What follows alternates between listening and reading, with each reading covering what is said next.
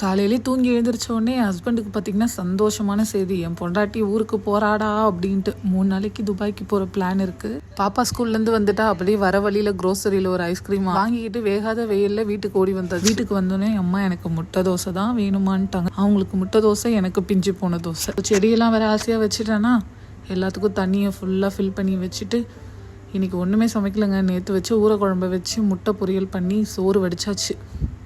ஏன்னா ஊருக்கு போகிறதுனால சும்மா கிளம்பணும், வீட்டெல்லாம் க்ளீன் பண்ணி வைக்கணும். ஊருக்குன்னா இந்தியாவுக்கு இல்லைங்க, இங்கேருந்து ஷார்ஜாலேருந்து துபாய்க்கு போகிறோம், அவ்வளோதான். அதுவே எங்களுக்கு ஊருக்கு போகிற மாதிரி தாங்க. ரொம்ப நாளாக என் தங்கச்சி அவங்க துபாயில் இருக்க வீட்டுக்கு வாடின்னா நான் வரவே இல்லை. இப்போ தான் அதுக்கு ஒரு வீடியோ காலம் பிறந்துச்சு. எப்படியோ கிளம்புவோன்ட்டு 3 நாள் அங்கே போய் டேரா போட்டுடலான்னு பெட்டி படிக்கையெல்லாம் தூக்கிக்கிட்டு கிளம்பியாச்சுங்க. வீடெல்லாம் அப்படியே போட்டாச்சு. நானும் என் பொண்ணும் தான் அங்கே தங்க போகிறோம். என் ஹஸ்பண்ட் மறுபடியும் ரிட்டர்ன் வந்துடுவார். அவர் நாங்கள் இல்லாத ஆப்சண்ட்டு ஜாலியாக என்ஜாய் பண்ண போகிறாரு இந்த 2 days. ஆனால் திங்கக்கிழமை வந்துடுவோங்க.